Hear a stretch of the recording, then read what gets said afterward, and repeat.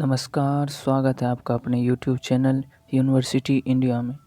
दोस्तों, आज हम बनारस हिंदू विश्वविद्यालय प्रवेश परीक्षा 2018 BA आर्ट्स एंड सोशल में आए हिंदी के 30 प्रश्नों के आंसरों को जानेंगे। तो आइए वीडियो स्टार्ट करते हैं।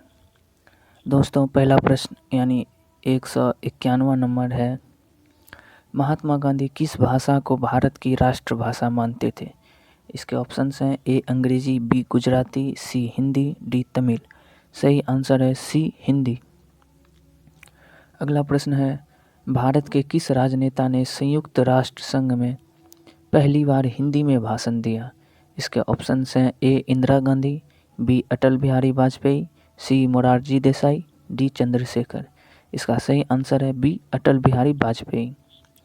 अगला प्रश्न है, हिंदी को राजभाषा बनाने का निर्णय किस तिथि को लिया गया? इसके ऑप्शंस हैं ए 26 जनवरी 1950, बी 14 सितंबर 1949, सी 15 अगस्त 1947, डी 14 सितंबर 1950। इसका सही आंसर है बी 14 सितंबर 1949। अगला प्रश्न है, निम्नलिखित में से कौन स्वर नहीं है? इसके ऑप्शंस हैं ए य, be a, C A, D उ। इसका सही आंसर है ए य। अगला प्रश्न है, निम्न में से कौन संयुक्त व्यंजन नहीं है? इसके ऑप्शंस हैं ए अक्षा, बी त्र, सी मूर्धन्य स, डी ज्ञ। इसका सही आंसर है सी मूर्धन्य स। अगला प्रश्न है, निम्न में से शुद्ध वर्तनी का चयन कीजिए। तो इसका सही आंसर है डी औद्योगिकरण। अगला प्रश्न है, वर्तनी की दृष्टि से कौन सही है? इसका सही आंसर है बी सन्यासी, 100 में अनुस्वार, 9 या आकार संयुक्त, स्वदीर्घीकार। अगला प्रश्न है, परोपकार में प्रयुक्त संधि का नाम है? इसके ऑप्शंस हैं ए गुण, बी वृद्धि, सी आयादि, डी यन। इसका सही आंसर है ए गुण संधि। अगला प्रश्न है, निम्न में से एक शब्द संधि की दृष्टि से अशुद्ध है, वह कौन सा शब्द है? बताइए। इसके ऑप्शंस हैं तथैव, बी तथापि, सी तदाकार, डी तदोपरांत। इसका सही आंसर है डी तदोपरांत। अगला प्रश्न है, निम्न में से कौन सा शब्द प्रत्यय युक्त है? इसके ऑप्शंस हैं ए डगर, बी नगर, सी जादूगर, डी अगर मगर। इसका सही आंसर है सी जादूगर। अगला प्रश्न है, निम्न में से तद्भव शब्द चुनिए। इसके ऑप्शंस हैं ए कोश, बी मुँह, सी मर्म, डी प्रलाप। इसके सही आंसर हैं बी मुँह। अगला प्रश्न है, निम्न में से तत्सम शब्द कौन सा है? इसके ऑप्शंस हैं ए उद्गम, बी खेत, सी हंसी, डी अजीब। इसका सही आंसर है ए उद्गम। अगला प्रश्न है, निम्न में से कौन सा शब्द व्यक्तिवाचक संज्ञा है? इसका ऑप्शन है ए गाय, बी पहाड़, सी यमुना, डी फल। इसका सही आंसर है सी यमुना। अगला प्रश्न है, निम्न में से कौन सा शब्द स्त्रीलिंग है? इसके ऑप्शंस हैं ए सहारा, बी सूचीपत्र, सी सियार, डी परिषद। इसका सही आंसर है डी परिषद।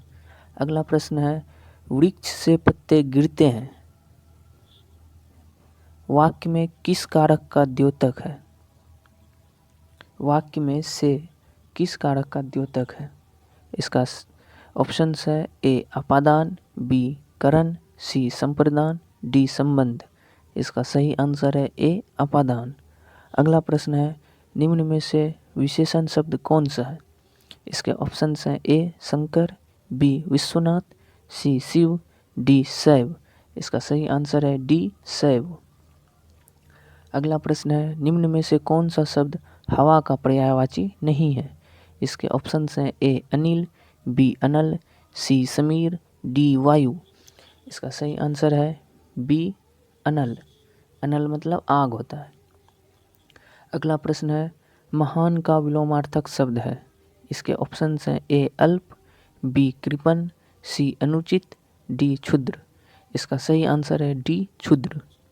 अगला प्रश्न है, विद्वान का सही स्त्रीलिंग रूप है। इसके ऑप्शंस हैं ए विद्वाना, बी विद्वानी, सी विद्यमानी, डी विदुषी। इसका सही आंसर है डी विदुषी। अगला प्रश्न है, जानने की इच्छा रखने वाला, इस अर्थ के लिए उपयुक्त शब्द चुनिए। इसके ऑप्शंस हैं ए विद्वान, बी आस्तिक, सी जिज्ञासु, डी आविष्कारक। इसका सही आंसर है सी जिज्ञासु। अगला प्रश्न है, विरोध करना अर्थ के लिए सही मुहावरा है। इसके ऑप्शंस हैं ए सिर कटाना, बी सिर चढ़ाना, सी सिर झुकाना, डी सिर उठाना। इसका सही आंसर है डी सिर उठाना। अगला प्रश्न है, गाल बजाना का अर्थ है। इसके ऑप्शंस हैं ए पिटाई करना, बी क्रोधित होना, सी डींग हाँकना, डी गाली देना। इसका सही आंसर है सी डींग हाँकना। अगला प्रश्न है, कवि वचन सुधा के संपादक थे। इसका ऑप्शन है ए बालकृष्ण भट्ट, बी अंबिका दत्त व्यास, सी प्रताप नारायण मिश्र, डी भारतेंदु हरिश्चंद्र। इसका सही आंसर है डी भारतेंदु हरिश्चंद्र। अगला प्रश्न है, भारत भारती के रचनाकार हैं। इसके ऑप्शंस हैं ए भारत भूषण अग्रवाल, बी नरेश मेहता, सी मैथिली शरण गुप्त, डी राम नरेश त्रिपाठी। इसका सही आंसर है सी मैथिली शरण गुप्त। अगला प्रश्न है, बीजक के रचयिता हैं। इसके ऑप्शंस हैं ए रहीम, बी कबीर, सी मलुक दास, डी दादू। इसका सही आंसर है कबीर, यानी बीजक के रचयिता हैं बी कबीर। अगला प्रश्न है, रंगभूमि के रचनाकार हैं। ऑप्शंस है ए प्रेमचंद्र, बी जैनेन्द्र, सी अमृतलाल नागर, डी यशपाल। इसका सही आंसर है ए प्रेमचंद्र। अगला प्रश्न है, निम्न में से कामायनी की रचना किसने की है। इसके ऑप्शंस हैं ए निराला, बी जयशंकर प्रसाद, सी मैथिली शरण गुप्त, डी सुमित्रानंदन पंत। इसका सही आंसर है बी जयशंकर प्रसाद। अगला प्रश्न है, निम्न में से फणेश्वर नाथ रेणु की रचना कौन सी है। इसके ऑप्शंस हैं ए पड़क, बी निर्मला, सी मैला आंचल, डी गबन। इसका सही आंसर है सी मैला आंचल। दोस्तों, इस पीडीएफ में इतने ही क्वेश्चन हैं, लेकिन जिसमें कि 2 क्वेश्चन जो है मिसिंग है, तो उसको मैं इसी तरह पढ़ के सुना देता हूँ और रिपीट भी कर दूंगा।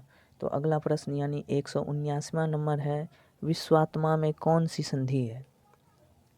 विश्वात्मा में कौन सी संधि है। इसके ऑप्शंस हैं ए गुण, बी दीर्घ, सी वृद्धि, डी यन। इसका सही आंसर है बी दीर्घ संधि, यानी विश्वात्मा में दीर्घ संधि है। अगला प्रश्न है 180वां यानी अंतिम प्रश्न, राजभाषा में कौन सा समास है।